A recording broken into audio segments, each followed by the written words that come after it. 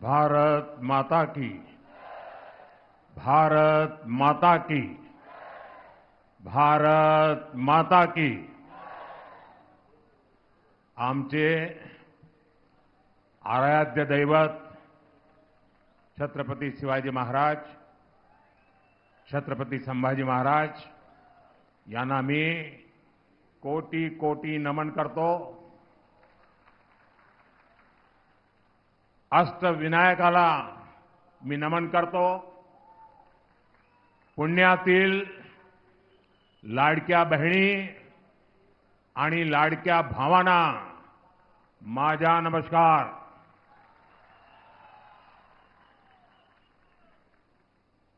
मैं देख रहा हूं वहां कोई सज्जन हमारी मां की बहुत बढ़िया चित्र बना करके लाए हैं. ये कोई सज्जन है जो मोदी को भी उठा के खड़े हो गए हैं. मैं आपका बहुत आभारी हूं. ये बच्चे भी बहुत कुछ बना के ले आए हैं. कोई इनको कलेक्ट कर ले भाई.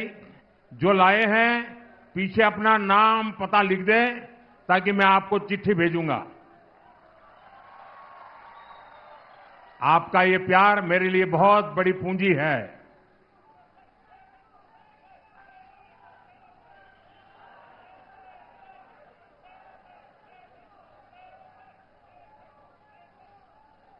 ये जो बाकी लोग भी जो अपना बैनर लेके खड़े, पीछे वालों को दिखता नहीं है. आप तो सब समझदार हैं. हां, शाबाश. ये जो सज्जन लाए हैं जरा कोई कलेक्ट कर ले उनसे पीछे, ताकि पीछे लोग परेशान ना हो. आप अपना आता पता लिख देना, मैं जरूर आपको चिट्ठी भेजूंगा. मैं आपका बहुत आभारी हूं आपके इस प्यार के लिए. साथियों, मैं पिछले कुछ दिनों से महाराष्ट्र के अलग अलग इलाकों में गया हूं और मैं विश्वास से कह सकता हूं कि ऐसा भरपूर जन समर्थन पूरे महाराष्ट्र में, और आज पुणे का ये प्यार, ये स्नेह, और मुझे यहां आने में देर हुई इसलिए नहीं कि मैं देर से आया था, पर पूरे रास्ते भर इतनी तादाद में लोग खड़े थे कि उनको नमस्ते करते करते आने में भी मैं शायद फिर भी उन सबको न्याय नहीं कर पाया. लेकिन जो पूरे रास्ते पर मैंने उमंग और उत्साह देखा, नौजवानों का समर्थन देखा, साथियों, ये बता रहा है महाराष्ट्र में फिर एक बार महायुति सरकार. महाराष्ट्र में फिर एक बार, महाराष्ट्र में फिर एक बार. साथियों, पुणे और बीजेपी का रिश्ता विचार, संस्कार और आस्था का रिश्ता है. पुणे ने हमेशा बीजेपी के विचार और विजन का भरपूर समर्थन किया है. मैं इस विश्वास के लिए पुणे की जनता का हृदय से आभारी हूं. मैं आपको ये भरोसा दिलाने आया हूं, महायुति की नई सरकार पुणे और महाराष्ट्र के विकास के लिए और तेजी से काम करेगी. आने वाले 5 वर्ष पुणे के विकास की नई उड़ान के वर्ष होंगे. साथियों, पुणे के लोगों को सशक्त बनाने के लिए इन्वेस्टमेंट, इंफ्रास्ट्रक्चर और इंडस्ट्री तीनों की जरूरत है. हमने इसके हर पहलू पर काम किया है. पिछले 10 वर्षों में विदेशी निवेश में, फॉरेन डायरेक्ट इन्वेस्टमेंट में रिकॉर्ड बढ़ोतरी हुई है और पिछले 2.5 वर्षों में जो भी कंपनी निवेश के लिए भारत आ रही है, उसकी पसंद की लिस्ट में हमारा महाराष्ट्र सबसे ऊपर है। पुणे और इस क्षेत्र को इस निवेश का एक बहुत बड़ा हिस्सा मिल रहा है। ये निवेश जब हमारे इलेक्ट्रॉनिक्स और आईटी क्षेत्रों में आया तो यहां कंपनियों की संख्या बढ़ी, यहां मौजूदा कंपनियों का विस्तार भी हुआ। ये निवेश जब स्टार्टअप में हुआ तो पुणे के उद्यमशील युवाओं को इससे लाभ हुआ, युवाओं के लिए भी रोजगार के अनगिनत अवसर पैदा हुए।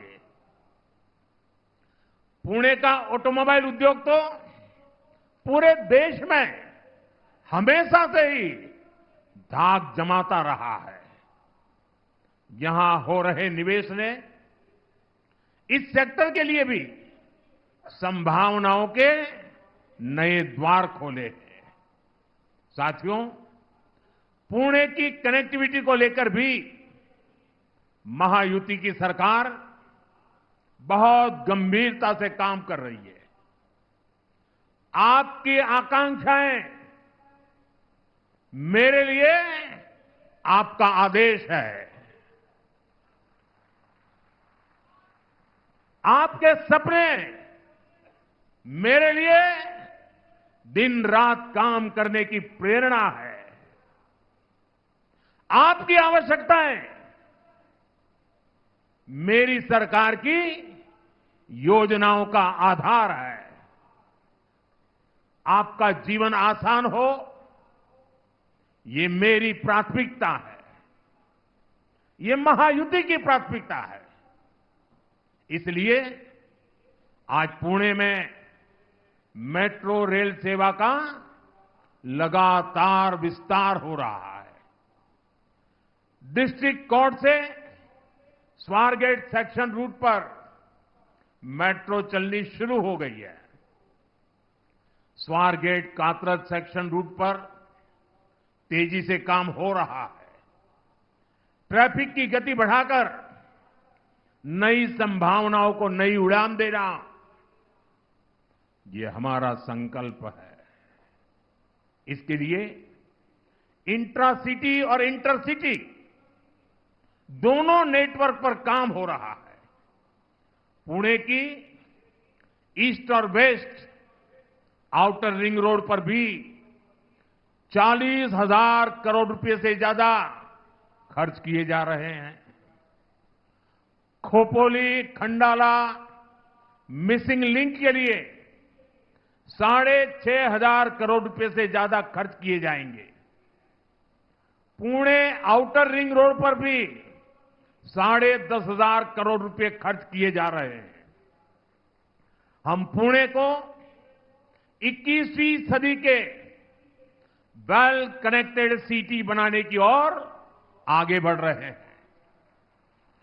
साथियों, आज कार्तिक एकादशी है, पंढरपुर में यात्रा है, तो पालकी मार्ग की चर्चा भी स्वाभाविक हो जाती है। जगतगुरु तुकाराम महाराज पालकी मार्ग और संत ज्ञानेश्वर महाराज पालकी मार्ग, इसका काम तेजी से आगे बढ़ रहा है। इन मार्गों को तैयार करने में 11,000 करोड़ रुपए खर्च किए जा रहे हैं। आमच्या वारकऱ्यासाठी ही आमची समर्पित सेवा है। साथियों, महाराष्ट्र में विकास कार्यों की एक गति अभूतपूर्व है।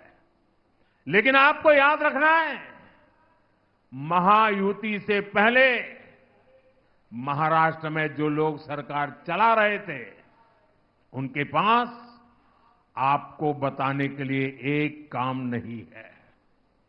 अघाड़ी के 2.5 साल तो हमारे प्रोजेक्ट पर रोक लगाने में ही बीत गए।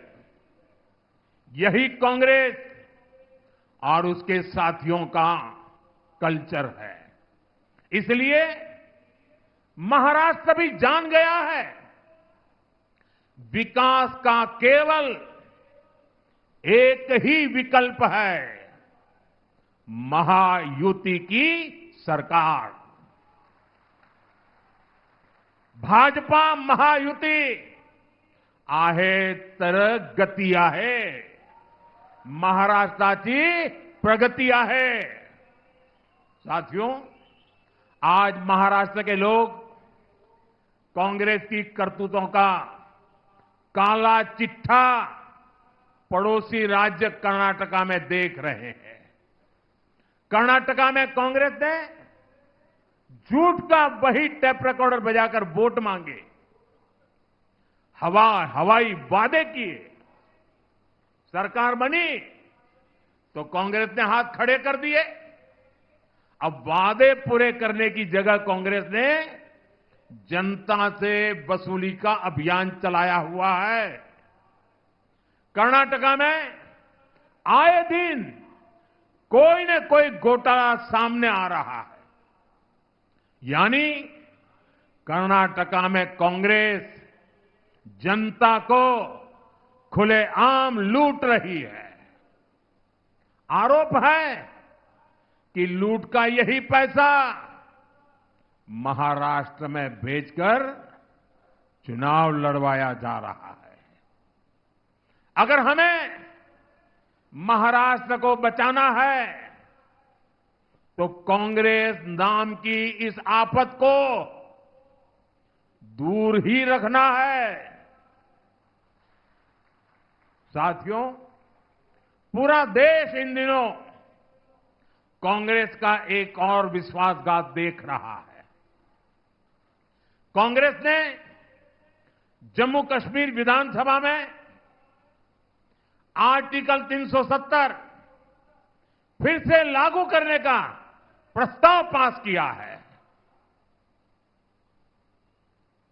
जो लोग संविधान की किताबें देश को दिखा रहे हैं और महाराष्ट्र में कोरे कागजों वाली किताब बांट रहे हैं, जरा मैं उनको पूछना चाहता हूं, 6-6, 7-7 दशक तक उन्होंने देश पर राज किया है। जरा बताएं,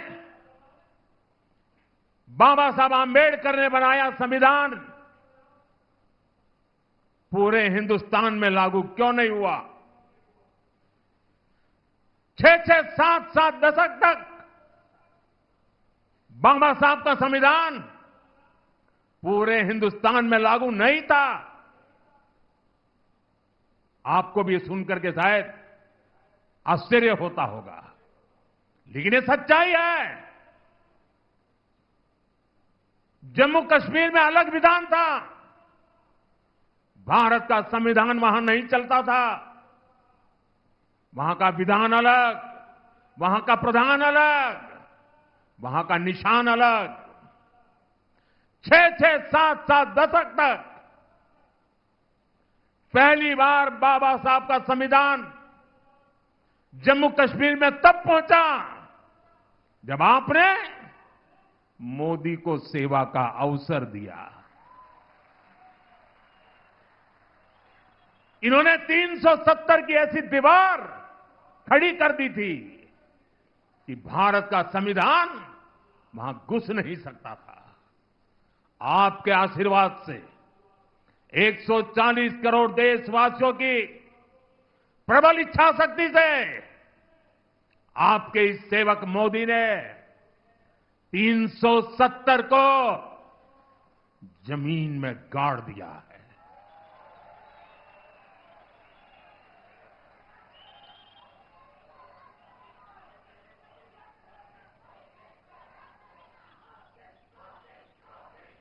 $370 जिसने कश्मीर को भारत से काटने का काम किया।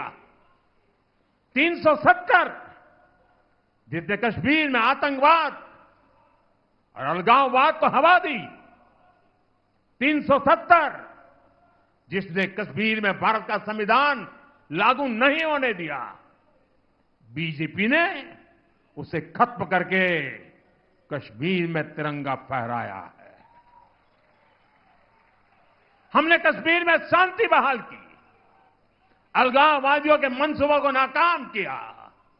जिस लाल चौक में कभी हिंदुस्तान के तिरंगों को जूते के नीचे रौंदा जाता था, आज शान से लाल चौक में तिरंगा झंडा फहरता है। इस बार दिवाली में लोगों ने देखा है, कश्मीर के लाल चौक में दिए जगमगा रहे थे, हजारों दिए जगमगा रहे थे और लोग बड़ी शान से दीपावली का त्योहार मना रहे थे। लेकिन कांग्रेस और उसके सभी चट्टे बट्टे साथी फिर से जम्मू कश्मीर में 370 लागू करने के लिए विधानसभा में प्रस्ताव पास कर रही है। मैं पुणे के मेरे देशभक्त भाई बहन, मैं आपसे पूछता हूं और मैं आशा करता हूं कि आप पूरी ताकत से जवाब देंगे।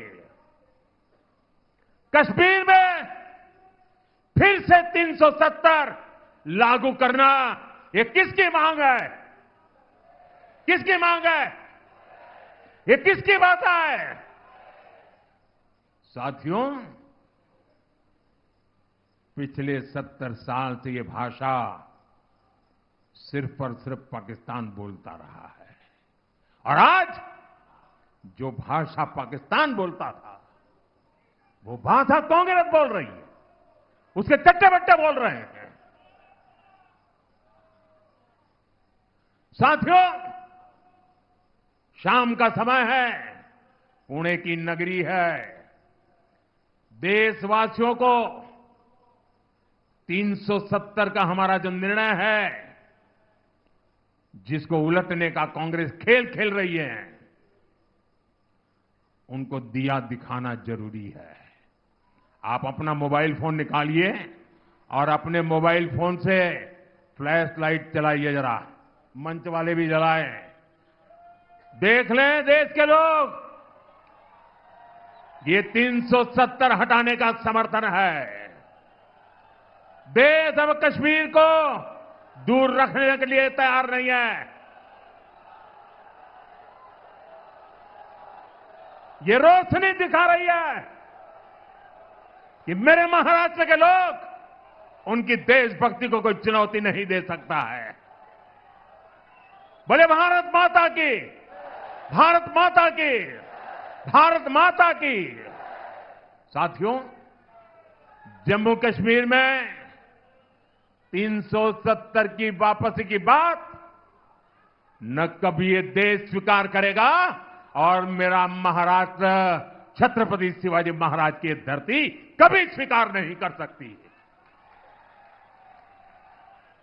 साथियों, भाजपा एनडीए की सरकार ने हमेशा मिडिल क्लास को प्राथमिकता दी है।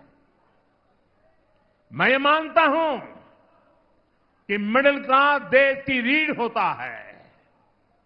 ये मिडिल क्लास ही है जो ये वेल्थ क्रिएट करता है, वेल्थ जनरेट करता है। अगर आज भारत दुनिया की तीसरी सबसे बड़ी अर्थव्यवस्था बनने जा रहा है, तो इसमें सबसे बड़ा योगदान हमारे मध्यम वर्ग का ही है। मध्यम वर्ग प्रगति कर रहा है, तभी देश प्रगति कर रहा है। इसलिए बीते 10 वर्षों में हमने मध्यम वर्ग को ध्यान में रखते हुए नई नीतियां बनाई, नए फैसले लिए। आज 7 लाख रुपए तक इनकम टैक्स जीरो कर दिया गया है, जीरो। सालाना 10-12 लाख रुपया तक पर टैक्स को बहुत कम किया गया है। इसका बहुत अधिक लाभ पुणे जैसे हमारे शहरों में काम करने वाले प्रोफेशनल्स को मिला है।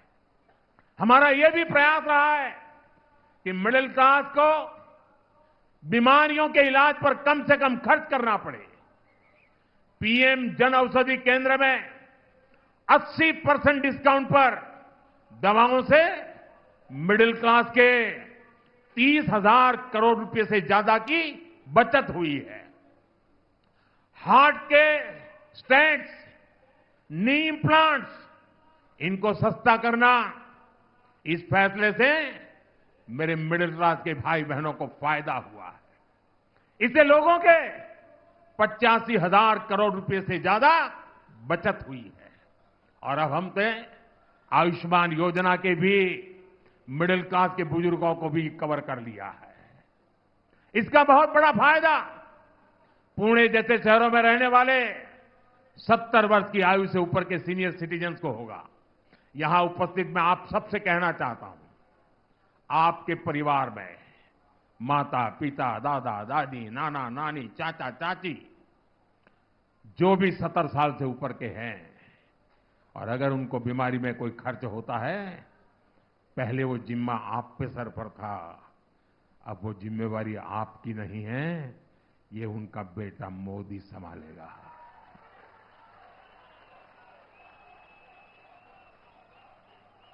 आयुष्मान वय वंदना कार्ड से अब उन्हें 5 लाख रुपए तक का मुफ्त इलाज मिलेगा।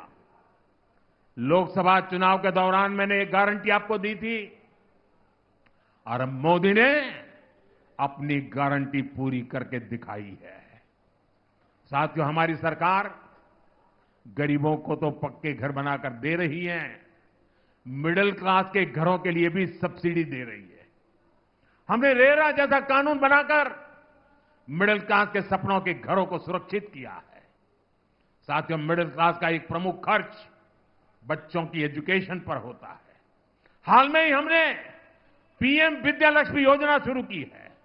इस स्कीम के तहत जो भी युवा हायर एजुकेशन में एडमिशन लेना चाहता है, बेटा हो या बेटी, बिना गारंटी के, अब आपको कुछ भी गिरवी नहीं रखना पड़ेगा। आपकी सबसे बड़ी गारंटी आपका सेवक मोदी है। 10 लाख रुपए तक का लोन बिना गारंटी आपके बच्चों की पढ़ाई के लिए, और ये लोन बहुत सस्ता होगा, इसमें ब्याज पर भी छूट होगी। मिडिल क्लास परिवार बच्चों को मेडिकल की पढ़ाई के लिए बाहर भेजने में बहुत खर्च करते हैं। बीते 10 साल में मेडिकल लाइन में हमने 1 लाख नई सीटें जोड़ी है। अब हमने तय किया है कि आने वाले 5 सालों में मेडिकल की 75,000 नई सीटें और जोड़ी जाएगी। इससे भी मिडिल क्लास के बच्चों का बहुत पैसा बचेगा, उन्हें पढ़ने के लिए बाहर नहीं जाना पड़ेगा। साथियों, पुणे, ये मेरा पुणे तो स्टार्टअप का हब है। हाल में हमने स्टार्टअप को बढ़ावा देने के लिए बहुत सारे कदम उठाए। हमने स्पेस स्टार्टअप के लिए 1,000 करोड़ रुपए का स्पेशल फंड बनाने का निर्णय लिया है। जो युवा साथी रिसर्च में जाना चाहते हैं, उनके लिए भी एक बहुत बड़ा रिसर्च फंड हमने बनाया है। नौजवानों को नौकरियां मिले, इसके लिए हमने विशेष पीएम पैकेज घोषित किया है। इसके तहत बड़ी बड़ी कंपनियों में इंटर्नशिप की योजना शुरू भी हो चुकी है। कंपनियों में पहली जॉब पर प्रोत्साहन देने का काम भी हमारी सरकार कर रही है। साथियों, पुणे महाराष्ट्र की सांस्कृतिक राजधानी है। महायुति की सरकार ने महाराष्ट्र की संस्कृति के संरक्षण और प्रसार के लिए कई महत्वपूर्ण कदम उठाए हैं। महाराष्ट्र के लोग दशकों से मराठी को अभिजात भाषा का दर्जा देने की मांग कर रहे थे, और मैं मानता हूं, अगर पूरे हिंदुस्तान में मराठी भाषा के अभिजात दर्जे से पुणे को जितनी खुशी हुई होगी ना, शायद किसी और को नहीं हुई होगी। कांग्रेस की सरकारों ने, अघाड़ी के नेताओं ने हमेशा इसकी अनदेखी की। हमारी सरकार ने मराठी को अभिजात भाषा का दर्जा देकर अपना दायित्व निभाया है। हम महाराष्ट्र की विरासत को संरक्षित करने के लिए लगातार काम कर रहे हैं। जहां क्रांति ज्योति सावित्रीबाई फुले ने लड़कियों के लिए पहला स्कूल खोला था, वहां सावित्रीबाई फुले स्मारक बनाया जा रहा है। तुलजापुर में धर्मवीर छत्रपति संभाजी महाराज समाधि स्थल पर भव्य स्मारक बनाया जा रहा है। श्री संत संताजी जगनाड़े महाराज समाधि स्थल को नए सिरे से विकसित किया जा रहा है। आंबेगांव शिव सृष्टि के काम को भी आगे बढ़ाया जा रहा है। महायुति की सरकार ने आद्य क्रांति गुरु लहूजी वस्ताद साल्वे संग्रहालय बनाने का फैसला भी किया है। साथियों, ये काम बहुत पहले ही होने चाहिए थे, लेकिन विदेशी मानसिकता की गुलाम कांग्रेस ने महाराष्ट्र की संस्कृति से अपनी नफरत के कारण ये काम नहीं होने दिया। साथियों, कांग्रेस और उसके जैसे दलों ने हमेशा महाराष्ट्र का अपमान किया है। ये धरती छत्रपति शिवाजी महाराज की धरती है, लेकिन कांग्रेस और उसके साथी अगर कसीदे पढ़ते हैं तो औरंगजेब की शान के कसीदे पढ़ते हैं। ये लोग वीर सावरकर को गाली देते हैं। बाला साहब ठाकरे जैसे ऐसे महाराष्ट्र के गौरव की सराहना करने में इनके मुंह पर ताला लग जाता है। और मैंने इनको चुनौती दी है, अगाड़ी वाले जरा मेरी चुनौती को स्वीकार करें। उनके युवराज के मुंह से वीर सावरकर की तारीफ में एक भाषण करवा दे जरा। मैं अगाड़ी के साथियों को कहता हूं, अगर उनमें दम हो तो उनके युवराज के मुंह से बाला साहब ठाकरे की जरा तारीफ करवा करके सुनाए महाराष्ट्र को। साथियों, कांग्रेस एक ऐसी पार्टी है जिसके पास न नीति है, न नीयत है और नैतिकता का नामो निशान नहीं है। कांग्रेस को केवल और केवल सत्ता चाहिए। सत्ता के लिए कांग्रेस ने देश का विभाजन करवाया। कांग्रेस ने देश को मत, मजहब, भाषा और इलाके के आधार पर बांटा।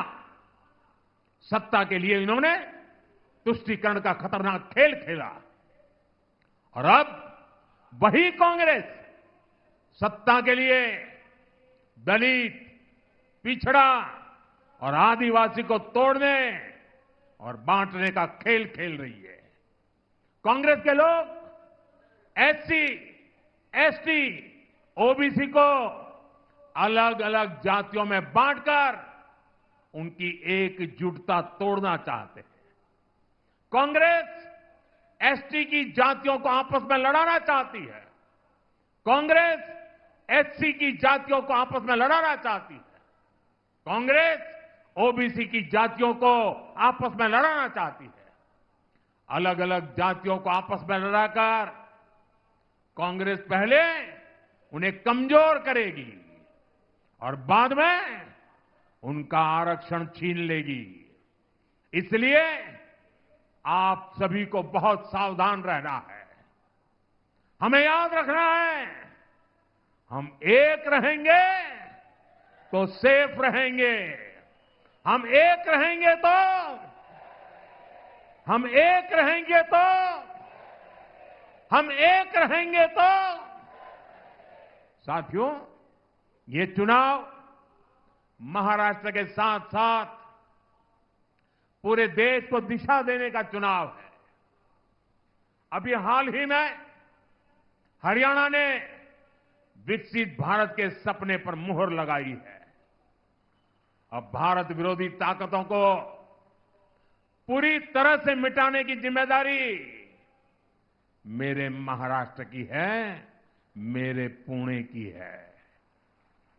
और इसलिए मेरा आग्रह है, 20 नवंबर को महायुति के सभी उम्मीदवारों के लिए भारी संख्या में मतदान करें। आपका एक एक वोट महाराष्ट्र के बेहतर भविष्य की गारंटी बनेगा। आप इतनी बड़ी तादाद में आए, हम सबको आशीर्वाद दिए। मैं आप सबका हृदय से बहुत बहुत आभार व्यक्त करता हूं। मेरे साथ दोनों हाथ ऊपर करके पूरी ताकत से बोलिए, भारत माता की। आवाज उन लोगों तक जानी चाहिए जिनकी डोरे 370 पर बैठे पड़े हैं। भारत माता की, भारत माता की, भारत माता की। बहुत बहुत धन्यवाद।